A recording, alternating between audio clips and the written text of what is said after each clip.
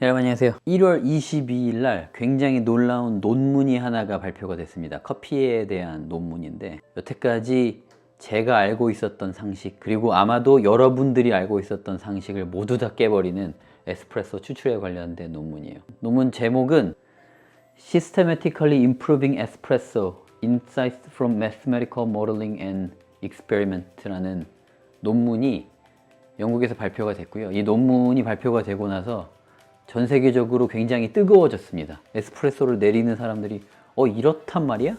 여태까지 있었던 상식들을 좀 많이 깨버렸어요. 이걸 과학적으로 수학적으로 풀었기 때문에 사실 거기다가 이게 잘못됐네 라고 의견을 제시하기도 조금 애매합니다. 그래서 저는 제 나름대로 실험을 해보고 싶어서 오늘 이렇게 영상을 찍게 되었습니다. 실제 그 논문에서 사용된 그라인더는 굉장히 유명한 그 말케닉 EK43이 사용이 됐는데, 저는 그건 없고 세테 270이 있어서 제가 있는 환경 가운데서 할 수 있는 최대한을 하려고 합니다.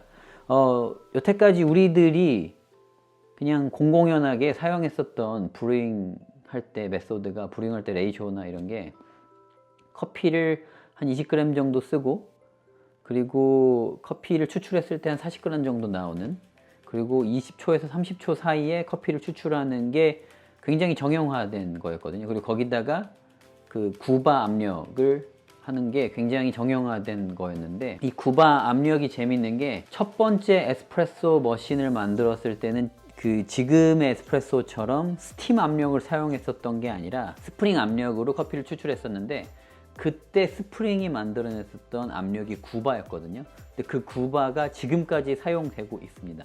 근데 이 논문에서 얘기하기를 6바로 추출을 하라고 해요. 그리고 7초에서 15초 사이에.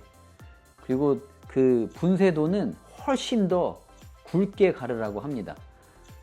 그 논문이 얘기하는 건 이래요. 점점 가늘게 갈면 갈수록 추출 일드가 올라가지만, 추출 일드는 뭐냐면 실제로 커피가 추출될 때 물에 녹아든 커피의 양 분에 우리가 사용한 커피를 하면 그 일드가 나와요.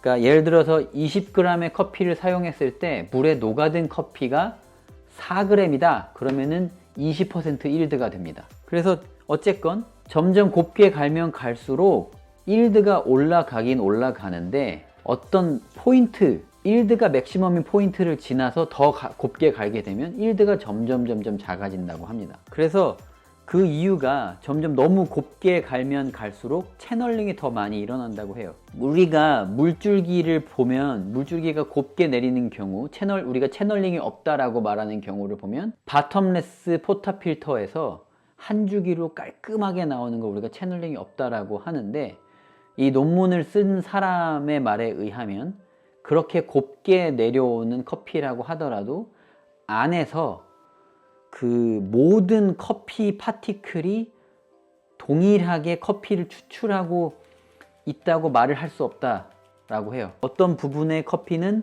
더 많이 추출이 되고 어떤 부분의 커피는 더 적게 추출이 되는 거죠.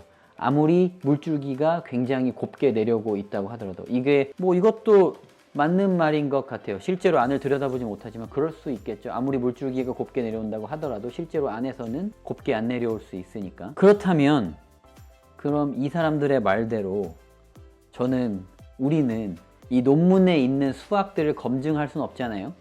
왜냐면 이 사람들은 진짜 수학자들이고 우리는 일반인이니까. 그렇기 때문에 우리는 이 사람들이 한 수학을 그냥 믿고, 과학을 그냥 믿고, 이 모델링에 대한 모든 것을 그냥 믿고 한번 테스팅을 해봐야 될 것 같아요. 근데 제 장비는 이 테스팅에 적합하지는 않아요. 일단 바이브레이션 펌프 자체가 압력이 그렇게 일정하지는 않고요. 로터리식 펌프가 훨씬 일정하게 압력을 조정할 수 있는데, 일단 최대한 6바를 만들어내려고 최대한 노력해 보겠습니다. 그리고 그라인드는 세테 270이라서 279단계로 제가 굉장히 파인 튜닝을 할 수가 있거든요. 정교하게 튜닝을 할 수 있으니까 그라인드는 어느 정도 할 수 있을 것 같지만, 말케닉 EK43처럼 미분을 정확하게 컨트롤 한다거나 진짜 곱게, 그러니까 균일하게 그라인딩 하는 거는 불가능하지만, 어쨌건 제가 있는 환경에서 최대한 6바 7초에서 15초를 맞춰서 어떤 맛을 제가 이뤄낼 수 있는지, 과연 그 샷이 맛은 있을 수 있는지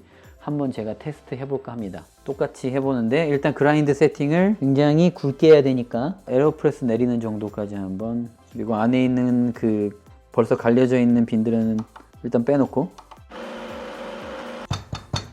무게를, 도징컵의 무게를 재고 15g을 한번 맞춰볼 거예요. 14.6, 15.3, 15.3, 뭐 15.3으로 시작해 보겠습니다. 필터를 꺼내서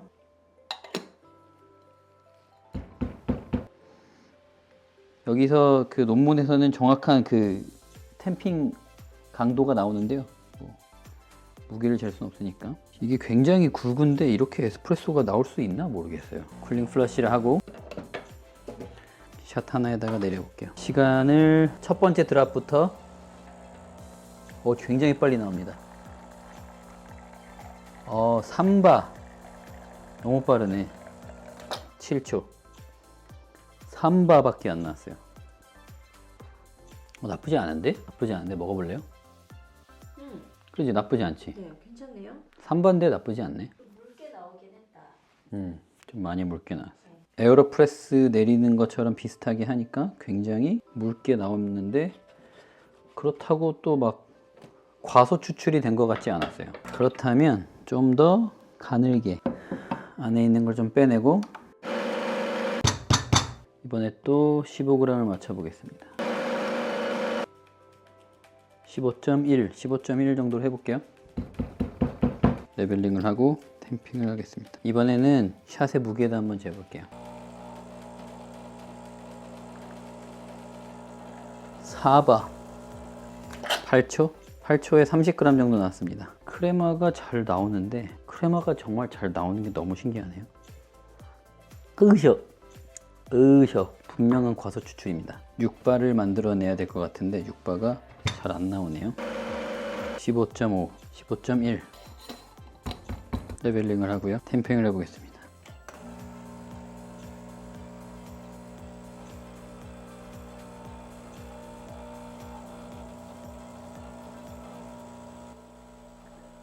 그래도 4바밖에 안 나오네.